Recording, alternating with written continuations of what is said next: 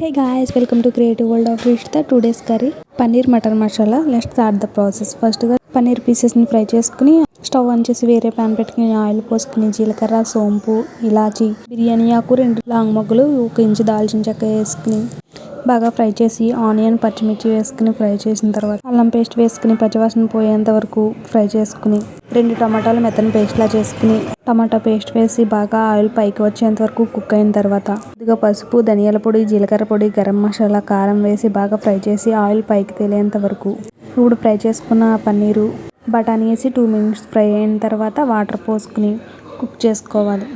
5 minutes cook అయిన తర్వాత consistency అలా ఉండగా కొద్దిగా మీగడ వేసి బాగా మిక్స్ చేసుకోవాలి. ఇప్పుడు మూత పెట్టి ఒక 5 మినిట్స్ కుక్ చేసుకుంటే ఎంతో టేస్టీ పన్నీర్ మటర్ మసాలా కర్రీ చిటికలో రెడీ. రోటీ రైస్ పుల్కా ఇలా మనకు నచ్చిన వాటితో సర్వ్ చేసుకోవడమే. వీడియో నచ్చితే like share please guys subscribe.